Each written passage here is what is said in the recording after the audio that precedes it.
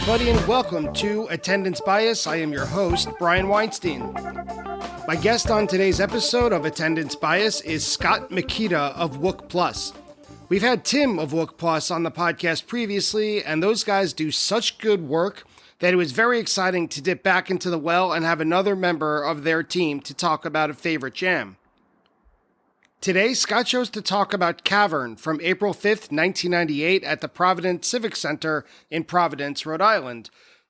There's something about the island tour that is indefinable, something both concrete and abstract that makes it meaningful to so many fans. It's come up at least twice before on this podcast, yet anytime it's come up, no one has brought up this show, April 5th, the last night of the four. When Scott suggested the song that closed the second set of Night 4, it was an obvious choice, but it was still a meaningful choice. You can hear in his voice how joyful Scott was at this show, to hear and to witness a version of this fan-favorite song that sounded unlike any other version played before or since. So let's join Scott to hear about why he loves Deer Creek so much, why Fall Tour is the best of all, and what the Island Tour meant for the Cal Funk era. Let's meet today's guest. Scott Mikita, Wook of the Year, thank you for coming to Attendance Bias. How are you? I'm doing great, Brian. Thank you for having me. My absolute pleasure, and I am very proud to introduce you as the Wook of the Year, as designated by friend of the podcast, Wook Plus. Tell us a little bit about that and how you're involved with them. I've kind of gotten into the Wook Plus gang from the inception, probably towards the end of 2019, beginning of 2020, somewhere in there. It gets a little foggy, but I've become very good friends with some of them via the internet and then meeting them in person on tour this year, including Famer, Kevin the Great Went, Chad, and Tim, the Weekend Wook. Still have a couple to meet, but I've done some ghost writing, I guess you would call it, for them a little bit, where I've kind of participated in a couple different writing assignments, as well as just kind of taking the helm on my own with some of them that were published through their channel. It's a lot of fun. Those guys are so great. I've met them a couple times, a small handful of times, I guess, between us guesting on each other's projects and, again, meeting them at, I think, Atlantic City this year at the fan art show. Right. So, yeah, all good there. And you also have something that you work on and distribute on Twitter called the Daily Skydom. Can you tell us a little bit about that? I kind of got the idea from, a mutual friend online, Tyler, or Hosta G, was doing a trinket of the day thing. And he's got a massive pin collection. So they were, from where I saw it, it was a lot of like a daily pin type of thing. And it gave me this idea, and started looking around my place and realizing I have a ton of fish merchandise. I could probably do one thing a day for the whole year. So I decided to do it. I called it Skydom because I'm Scott. These are my items, and just kind of mesh the two words together. And, it's been good. The key factor behind it for me is really just kind of tagging the artist or the vendor in the post, so that if people like it, they know where to go to buy it. And if they want to purchase one of the things. And it's worked out really well. I've gotten a lot of good feedback from people saying, thank you. I went and bought this immediately after seeing your post. And I mean, that's really what it's all about. I'm just trying to, give back to the community that's been so good to me over the years. So. And how can anyone listening get involved with that? Where can they find you? It's on Twitter at ScottMick 104 is my handle, or you can just the hashtag Skydom, SCITEM. And it'll pretty much, you can see the whole collection right through there. And is the handle at SCOTTMIK? Yes, it is. 104 at the end of that. All right. And I'll put it in the show notes. So anyone listening, if you want to get involved with the Daily Skydom, just check today's show notes. There will be a link for Scott's Twitter handle, and you can take it from there. So Scott, today we are here to talk about Cavern from April 5th, 98 at the Providence Civic Center, since renamed the Dunkin' Donuts Center. The Island Tour seems to hold a very special place in the history of Phish, and particularly fans who were of a certain age at that time. And so before we get into the lightning round, let's just acknowledge it here. Why did you pick Cavern of all the songs you could have picked from the Island Tour or that you've seen otherwise? I think this specific version of Cavern is exceptionally unique in its own right. I don't think there hasn't been a single version played like this before nor after. And it just organically came out of this like funk explosion towards the end of Possum in the set, and it took a shift and a direction change that it was just so magical being there and feeling the funk come out of this, and definitely a moment that I would never forget from being in attendance for. And I'm excited to get into it toward the end of today's episode. But before that, let's take it to the beginning and get into the attendance bias lightning round so we can get to know you a little bit. Attendance bias lightning round. So, Scott, when was your first Phish show? My first show was December 30th, 1995, Madison Square Garden. I tried very hard to get New Year's Eve tickets. It didn't pan out, so I took the consolation of the night before. Great I remember reading from people who went to that New Year's show without tickets that it was one of the first times, as far as arenas go, that people showed up expecting to get tickets and they couldn't. I remember hearing a lot of people saying it was the first time I was shut out. Is a lot of people's memories from New Year's 95. They just are used to going to Phish since they jumped to arenas from 94 to 95, that it was a given. They would never really sell out, especially at Madison Square Garden, but they did. Right. Completely different time then too. You know, I remember going to the mall to get tickets from Filene's or JCPenney or something like that. Just a completely different system back then. Yeah. Cool. Everything's changed, you know, whether it's Pathmark, Filene's, Tower Records. Yeah, it's a different game today. So if not New Year's, but the night before New Year's 95 was your first show, what's your most recent show? The second night of Hershey, which I believe the date was 8/11/21. Really fun show. Nice little 5-day run I did from Deer Creek to the two shows in Hershey. I wish I didn't jump off right then. I could have met you in Atlantic City, but things had to come to an end for me there. What are your overall impressions of the past summer tour of 2021? I think it's some of the best playing I've heard from the band in many, many years. I felt overall the playing was a notch ahead of the Baker's Dozen for me. So I don't know if we're going back to summer of 15 or possibly fall of 13, since I've heard them just playing so well together, like connected on stage and just really getting into it. I thought it was a great tour. Those are some bold words. I realize that, but I'll stand behind them for now. Well, this is called attendance bias after all. What's your favorite song, all else being equal?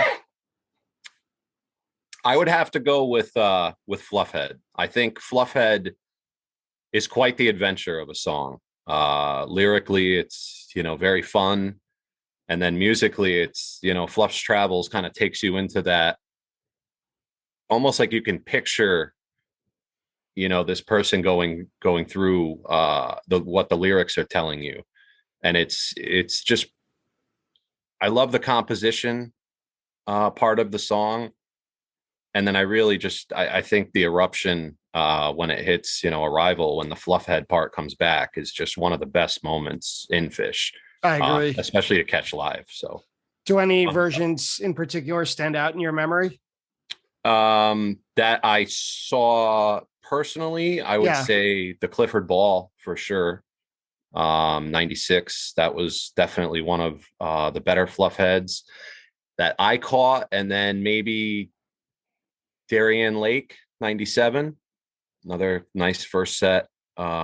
Very underrated show overall because of the madness that happened in the second. But that's the show with the Merry Pranksters, right? Yeah, Ken Kesey. Yeah. It's a little out there in the second set, but man, that's a very solid show that isn't talked about much. Probably because that part is a little tough to listen to if you weren't there. But it is. At Magna Ball, I don't remember if it was Magna Ball or Super Ball. Might have been Super Ball, but after the show one night on that big screen that they had, it must have been Super Bowl. They had this big, huge TV right near where the drive-in set ended up being. And after a show each night, they would play from the archives. They would play video. And I heard the Bozos part from that show. And I immediately recognized it immediately from tapes from years and years of listening. And I'm like, I know I got to see what this was. And you're right. Seeing it is a completely different experience than being detached from it simply as a listener after the fact. It was wild in person. There was a lot of madness on that stage. So fun stuff. As Ken Kesey would have it. Of course. The only way. What's your favorite indoor venue? MSG, hands down. The Madison Square Garden has such an energy to it. It feels like Kuroda has that whole room captured with his light rig and just makes it go in every different direction, can drop it down to the floor if he needs to. And it's just such a wild venue. The energy is always great in there. And again, attendance bias. I guess I've been there probably more than anywhere else, but I love the Garden. What about your favorite outdoor venue? For years, being in the Northeast, I working and everything else, kids, wife, I didn't really get the opportunities to travel all that often. So for years, it would have been the Meadows or whatever it's called now in Connecticut and Hartford. But after going to Deer Creek this summer, I would say that venue is very magical. It's just the energy there is incredible. The lot scene's great. I really enjoyed my time at Deer Creek this summer. If you had to pick one, would you take summer tour, fall tour, or a New Year's Eve run? This question's tough for me. I love the energy and like the feeling of freedom of summer tour with the outside amphitheater kind of venues.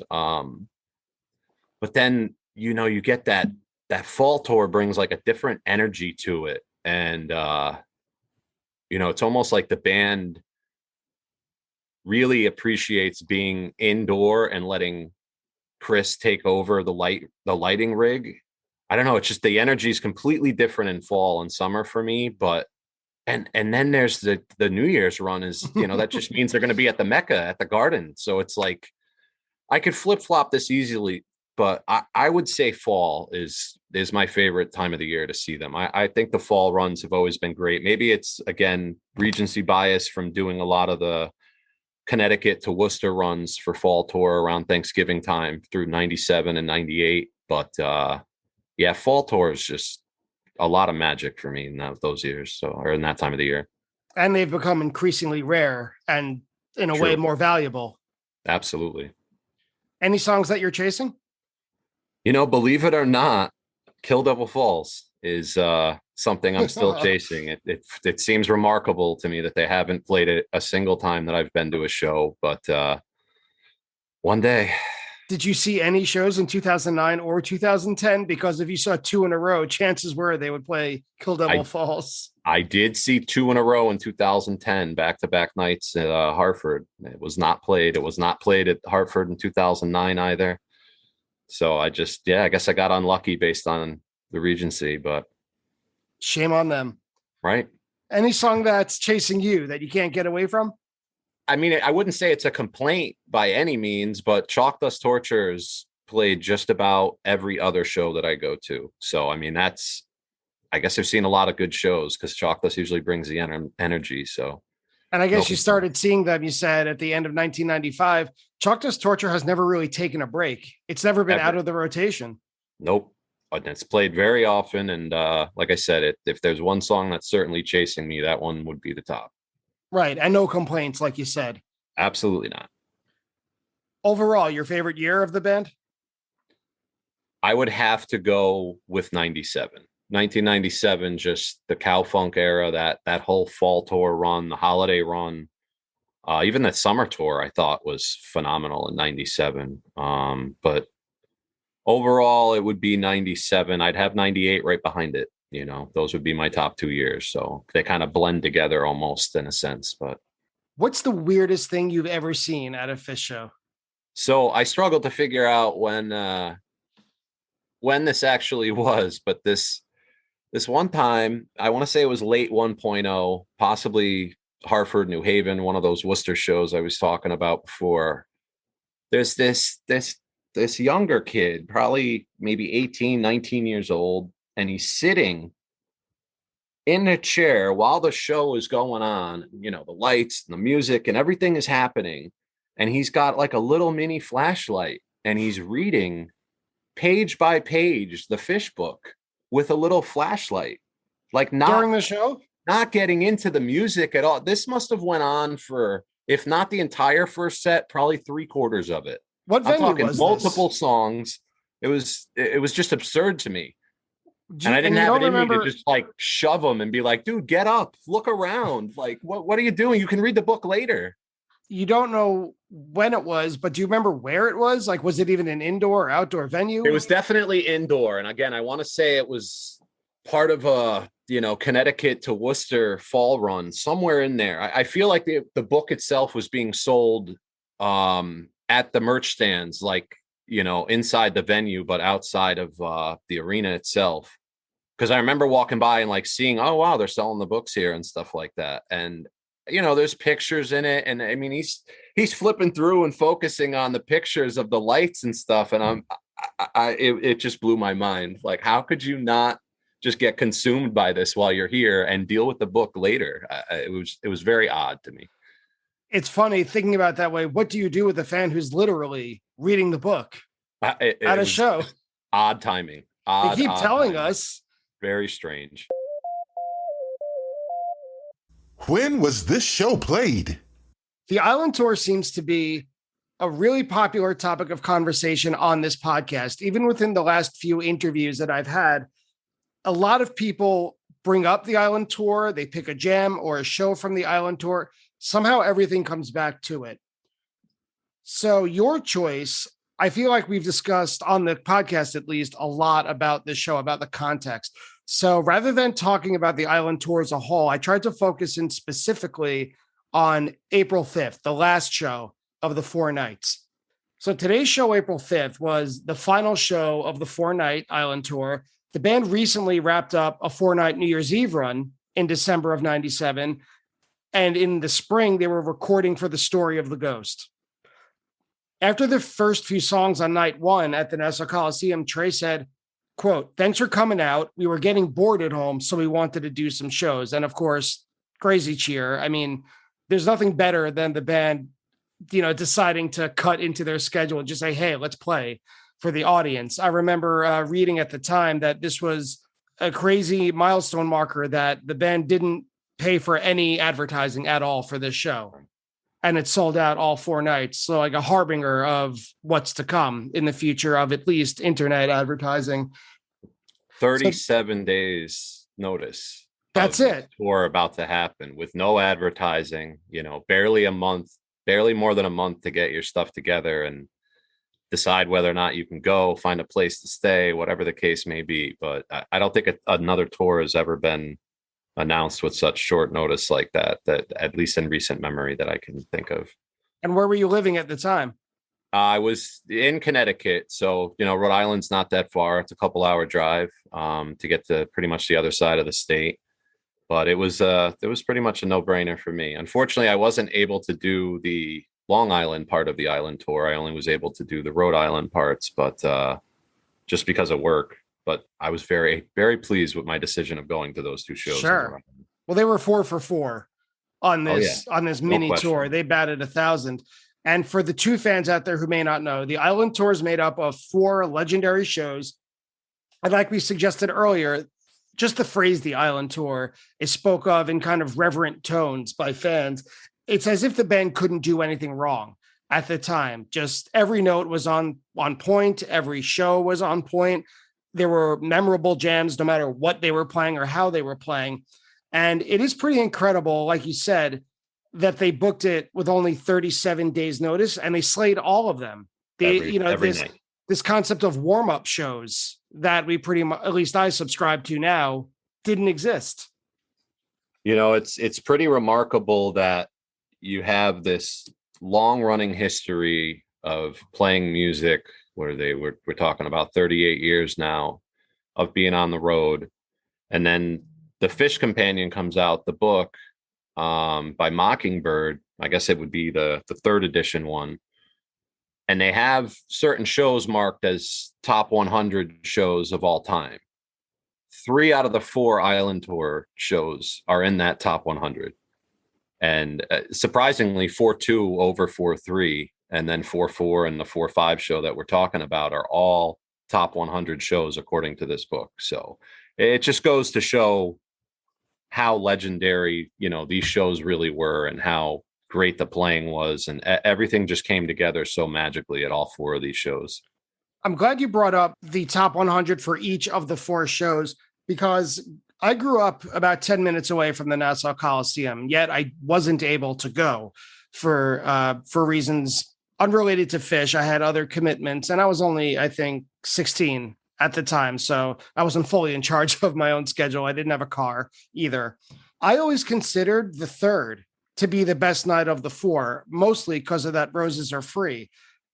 I also listened to the second over and over again because it was the first tape I got from that run. So in my head, it just kind of became this kind of the Coliseum shows over the Providence shows, just because I had easier access to it. And more people talked about that Roses Are Free over the next couple of years than any other jam from the Island Tour in my small circle. But as I'm getting older and the more I've listened to it, a good friend of mine has been pushing April 4th over and over again. He thinks it's one of the best shows he's ever seen.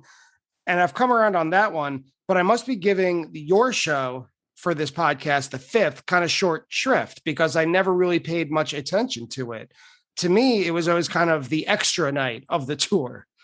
Yeah, I may have misspoke. Oddly enough, it is actually 4-4. That is the night that's not part of the top 100. The other 3 nights made it, but this 4-5 show to me it's definitely my favorite. Now, I agree with you. A lot of people are on the 4-3 train because of the Roses, which is fine. You really can't pick a wrong night as far as I'm concerned. With right, all of these shows have their own personality. Absolutely, and they're all somewhat different in their own special ways, but all equally magical somehow. And as you mentioned earlier, this Cavern closed the second set of the 5th. So this is the last night of the 4, the last set closer. And it was the end result of a crazy funky jam out of Possum. Trey even introduces that jam by saying, the show's almost over. Thanks everyone for coming out on short notice to these shows where you can go home. I think he says you can turn around and go home if you want, but we're going to stick around and play some more funk music. He says you can stay too if you want to dance. I think it was, if you want to take off, but we just can't get enough of the funk. And, again, another just monster mental eruption from the crowd at that moment, during that announcement. So nobody was leaving. Nobody was taking off at that moment. We were all in. So it's getting near the end of this little 4-day run here. So we kind of,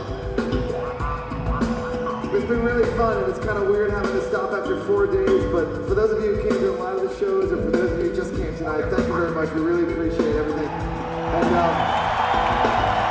I started this little funk group because we can't end this whole thing without a little bit more funk, since that's kind of been a thing. So just for those of you who want to take off. But for those of you who just want to dance to the funk, we're gonna stay around and keep moving. Thanks a lot. It's really been fun, and we'll see you guys this summer. Were you there the night before?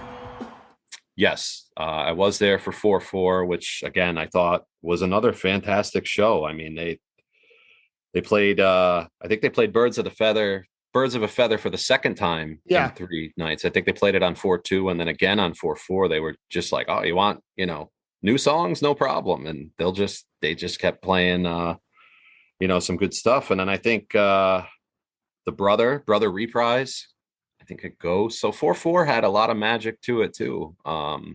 Again, you couldn't go wrong with a single night.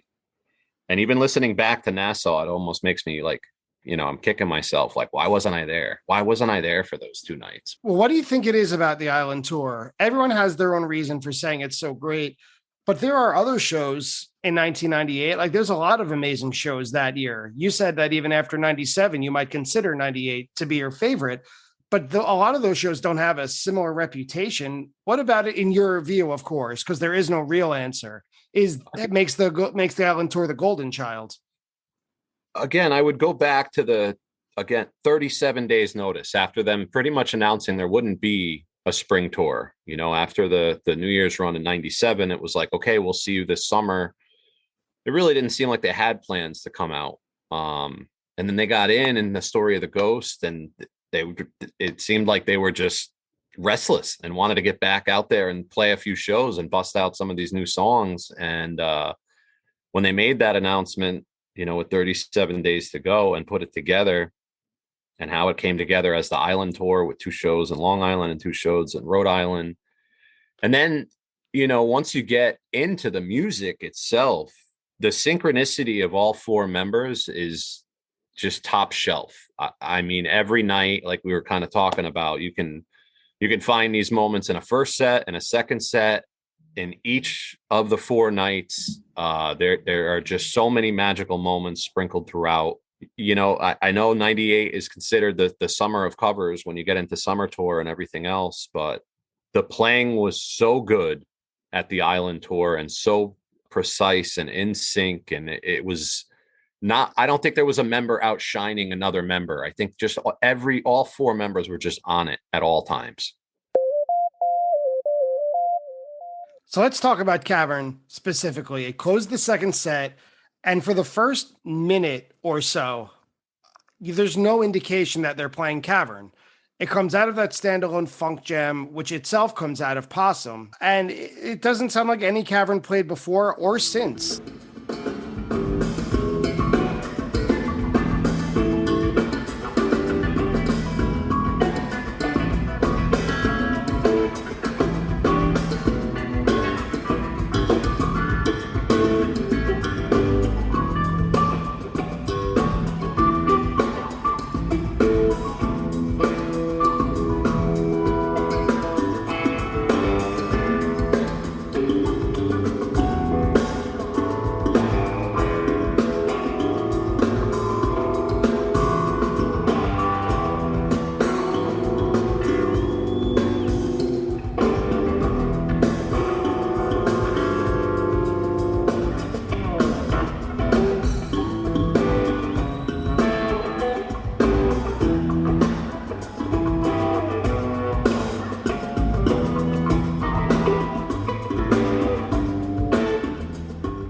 Like, if there's any modern connection or an analog, I guess it would have to be the funky Slow Llama from 2015 from Walnut Creek. Like, that seems to be the best comparison I could think of. If there is a comparison to make, that's probably, I would say that is the most accurate. So yes, I agree.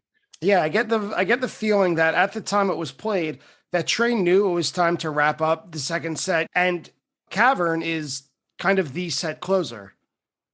Right, whenever the band needs to close the set, that's usually the first in line if they hadn't played it yet. But Right. they didn't want to get out of the funk jam, so they had it both ways. Surprisingly enough, the end of Possum, where it seemed like it was about to peak in a rocking kind of way, or in a bluesy rocking kind of way, I guess. But the last maybe 20 seconds, Trey kind of switches into the funk groove. And it just kind of changed the direction of how they were going to end Possum. At least to me, that's how it sounded. Where the rest of the band seemed like they were going for, a big peak, and Trey kind of slowed down and started to funk it out. And then, if we're considering the funk jam that leads into Cavern, part of Cavern, as Live Fish has it listed in their track listing, the first, I think it's 39 seconds, is just Trey playing that funk riff. Yeah, it is. Nobody touches their instrument for these full 39 seconds of just Trey playing this real funky riff. And then Trey and Mike come in together on it at that 39, and Mike is just explosive. I mean, he is just thumping away on the bass. And the next, I think 4 or 5 minutes are just that there's a lot of stops and little drum fills from Fish, almost a couple little drum solos even, and then start back up where all 4 members again, and then another stop and another little drum solo from Fish. And it's, there's just so much fun.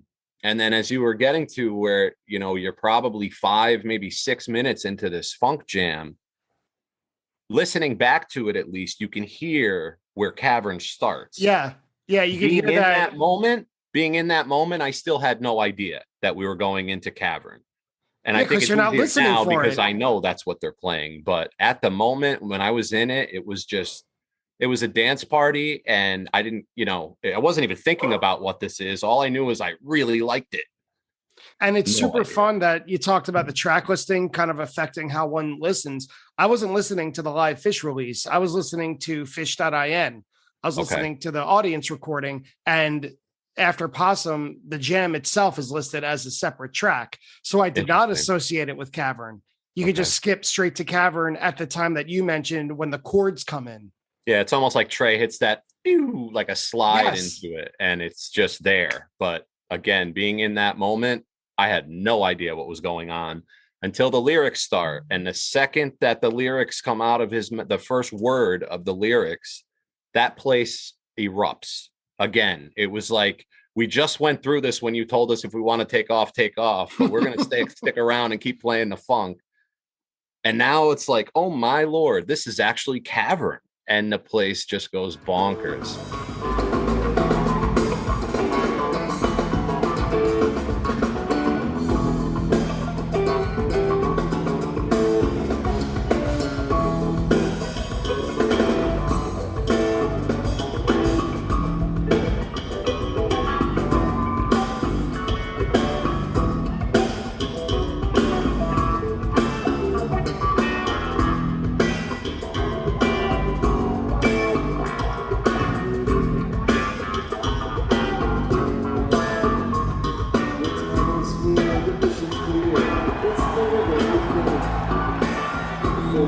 Into the night, you want something to drink.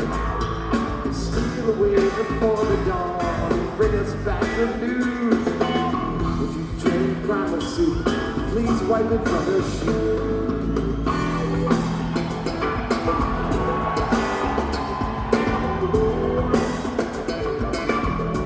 I will say that playing this song at half speed, or maybe even slower than half speed, Maybe. it really does expose the silliness of these lyrics. And Absolutely.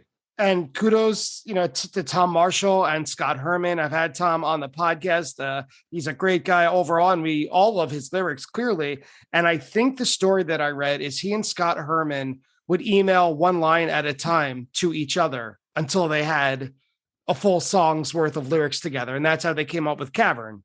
Awesome. Which is why it doesn't really make any sense. It's not really any. It does and it doesn't at the same time. It does and it doesn't. That's Fish in a nutshell, right? Exactly. Does it make sense? It does and it doesn't.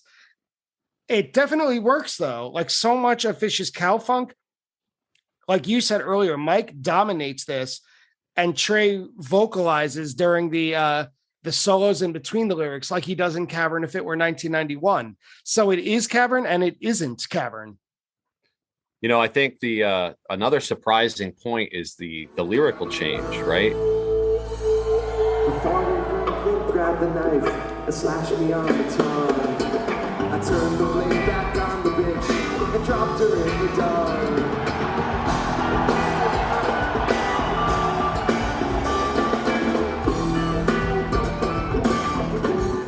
The original verse goes back to like the original lyrics from long ago, which now I was at 11/26/97 in Hartford, which also had the alternative lyrics.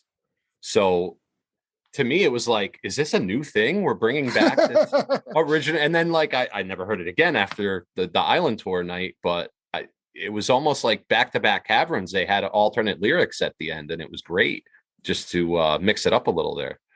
That's a pretty nice, a little nice feather in your cap, stats wise. Yeah, it's not bad. I enjoy the lyrics either way. So whatever works. My favorite thing was they got through all the lyrics without screwing them up. So it doesn't matter which way you want to end that last verse before the chorus. It all works out. So yeah, for Cavern, that's an accomplishment in itself, let alone throwing in alternate lyrics. Yeah, 3.0, and it just doesn't have a great success record of them getting through the lyrics anymore, unfortunately. But such a great song, and this version, it's just top of the charts for me.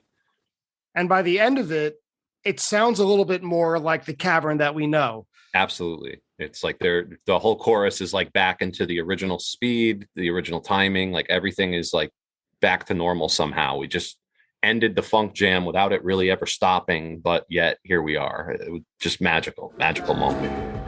It's summing up the moral scenes, a little bit obscure. Give the director a serpent detector, a mud rat detector, a ribbon reflector, a cushion convector, a picture of nectar, a barrel dissector, a hormone collector. Give the director a serpent deflector, a mud rat detector, a ribbon reflector, a cushion convector, a picture of nectar, a barrel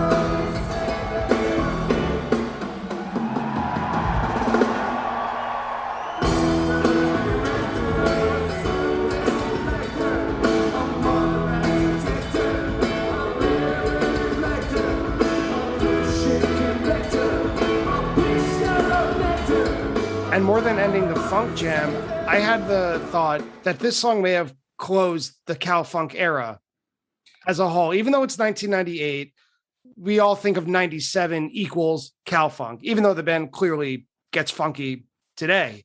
Once 98 came around, they developed a newish sound, like more ambience coming through, longer jams with more spacey sort of effects that rolled over into 99 and 2000, became even more techno and beat centered. I felt like this Cavern was kind of, all right, we've done everything we can with this unique, quote, Cal Funk sound. This is it to its extreme. Thank you for having us. Get ready for 1998. You know, I like to think of it outside of Cal Funk. It's, to me, this Cavern is so, I want to call it swamp funk, because it's so dirty and grimy. It's different than the Cow Funk. It's full on swamp funk to me. And I think that's really the change from 97 to 98. Like, yeah, okay, maybe they were trying to brush that off with the Island Tour in a couple moments where that funk was still there, but it was a different kind of funk. And I don't know if that was due to different possible effect pedals, or, you know, a different rig for Page at that point. I'm not sure what the change was, but the funk seemed a little dirtier on the Island Tour than it had for Full Tour in 97. There's just something extra to it to me. I agree with you. It is a bit thicker. Yeah.